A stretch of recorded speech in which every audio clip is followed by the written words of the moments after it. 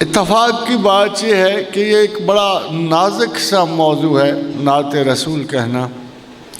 اور کچھ لوگوں نے اس پہ کمال کر دیا ہے،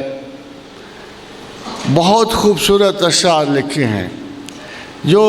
کسی کے مقام نبوت کو تو شاید ہم کبھی بھی نہیں پہنچ سکتے، مگر ہر نبی کا، ہر رسول کا ایک مقام دانش بھی ہوتا، اور جس طرح کوئی دانشمند انکسار کرتا ہے، جب رسول اللہ صلی اللہ علیہ وسلم کی تعریف کا وقت آیا تو عجیب سا لگا کہ اللہ کے پاس بھی مروجہ زبان کے لفظ ختم ہو گئے تھے، عربی میں بھی گنجائش نہیں تھی کہ اس مروجہ زبان کی وجہ سے آپ کسی حسین کو کتنا حسین کہہ سکتے۔ اگر آپ پازیٹیو لفظ استعمال کرتے رہو تو آپ کبھی بھی تعریف پوری نہیں کر سکتے۔ بہت حسین ہے، بہت ہی خوبصورت ہے، حد سے بڑھ کر خوبصورت ہے، مگر اس سارے لفظ بھی اس کی تعریف پوری نہیں کر سکتے۔ لاہور میں جب کسی کو بہت حسین کہنا ہو تو کبھی بھی پازیٹیو لفظ نہیں استعمال کر، کوئی کہتا ہے نیری قیامت ہے، کوئی کہتا ہے بالکل ہی قتل ہے۔ تو جب ہم نیگیٹو لفظ استعمال کرتے ہیں تو کم از کم کسی کے حسن کا تھوڑا سا خاکہ نظر میں آ جاتا۔ جب اللہ کو اپنے رسول کا حسن بیان کرنا تھا، اس کی ایک صفت کریمانہ بیان کرنی تھی، تو کوئی بھی پازیٹیو لفظ استعمال نہیں کیا۔ حریص علیکم، بہت حریص ہے تمہاری محبت کا۔ یہ عجیب و غریب لفظ اللہ نے استعمال کیا، ایک نیگیٹو استعمال کیا لفظ، یعنی تمام پازیٹیو حدود سے آگے جا کر محمد رسول اللہ صلی اللہ علیہ وآلہ وسلم اپنے لوگوں کے حق میں اتنے مہربان ہیں، اتنے کریم ہیں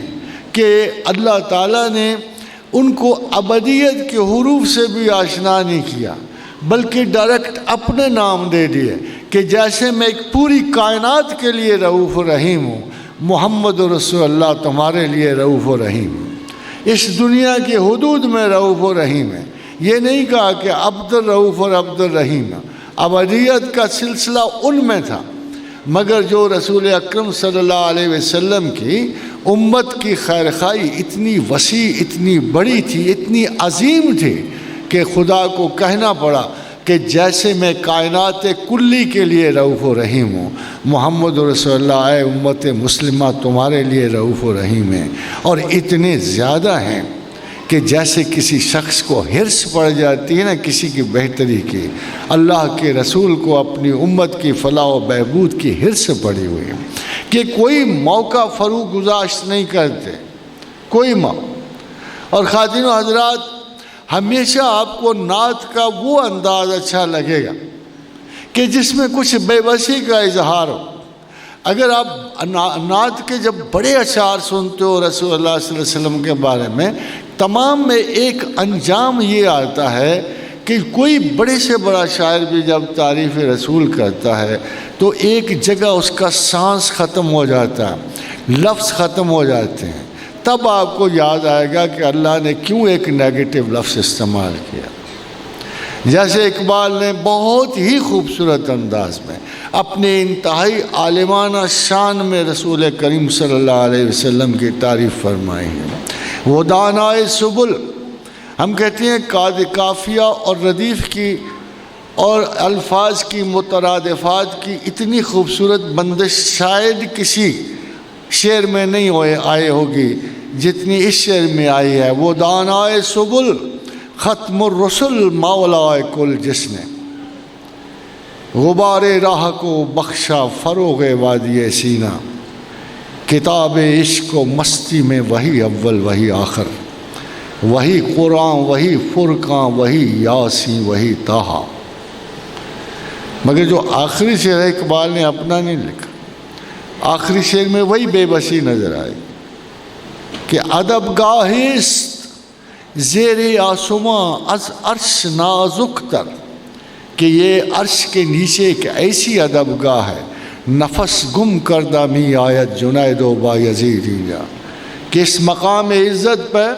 بہت بڑے بڑے اولیاء بھی ان کے سانس گم ہو جاتے ہیں، سٹی گم ہو جاتی ہے، حواس ختم ہو جاتے ہیں جب آقا و رسول کے قریب آتے ہیں، جب اس مسند رسالت کے قریب پہنچتے ہیں، جب صحبت رسول کے قرب میں آتے ہیں تو ان کے دماغی صلاحیتیں، ان کے تمام لفاظی، ان کا تمام علم مسلوب ہو جاتا ہے، اور ایک کسی اچھے انداز تعریف کے لیے وہ سسک رہے ہوتے ہیں کہ ہم اپنے آقا و رسول کی کس لفظ سے تعریف کریں۔ دیکھو نا، غالب نے تو قصہ ہی ختم کر دیا، اس نے جان چھڑا لی، اس نے تو مختصر سی بات کہہ کے جان چھڑا لی کہ غالب ثنا خواجہ با یزداں گذاشتے، کہ غالب ہم نے تو خواجہ کی تعریف اللہ پہ ہی چھوڑ دی، اپنی بے بسی کا اظہار ایسے کیا کہ غالب ثنا خواجہ با یزداں گذاشتے، ہم نے تو اپنے رسول کی تعریف آقا یعنی خدا پہ ہی چھوڑ دی، کہ ذات پاک مرتبہ دان محمد است،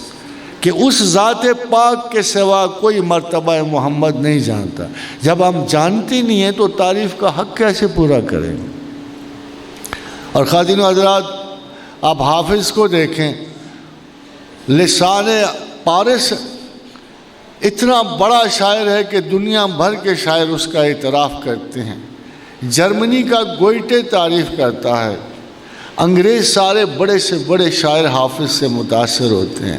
مگر جب تعریف رسول ایسا خوبصورت اس نے شعر لکھا ہے، ایسا خوبصورت کہ حیران ہے دنیا اس کی نزاکت پہ، اس کے شعر کی نشست و برخاست پہ، مگر جب رسول اکرم صلی اللہ علیہ وسلم کی تعریف پہ آتا ہے تو بعد از خدا بزرگ توئی قصہ مختصر، اور کوئی لفظ ہی نہیں رہ جاتا، اتنی مختصر سی بات کہہ کہ وہ بات ختم کر دی کہ بعد از خدا بزرگ توئی قصہ مختصر، کہ اللہ کے بعد توئی بڑا، بس قصہ مختصر۔ تو خواتین و حضرات، نعت کا پیٹرن جب بھی آپ نے اختیار کرنا ہو اور نعت کی بات کرنا، دو چار چیزیں ضرور کیا کریں۔ ایک تو اشعار کا، اچھے اشعار کا انتخاب کیا۔ دیکھو امیر مینائی نے چھوٹی سی ایک تعریف کی ہے، بڑی خوبصورت سی، ذرا الٹے رستے سے آ کر، کہ جب مدینے کا مسافر کوئی پا جاتا ہوں، حسرت آتی ہے یہ پہنچا میں رہا جاتا ہوں۔ ایک انداز تعریف یہ بھی ہے کہ جب مدینے کا مسافر کوئی پا جاتا ہوں، حسرت آتی ہے یہ پہنچا میں رہا جاتا ہوں۔ تو خواتین حضرات، یہ لازم ہے کہ نعت میں اور نعت کے انداز میں وہ مقام عزت و کرم اس کی نگہداشت رہے جس کے حضور رسول اکرم صلی اللہ علیہ وسلم ایک حق رکھتے ہیں، اور وہ بہت بڑا حق ہے، اس لیے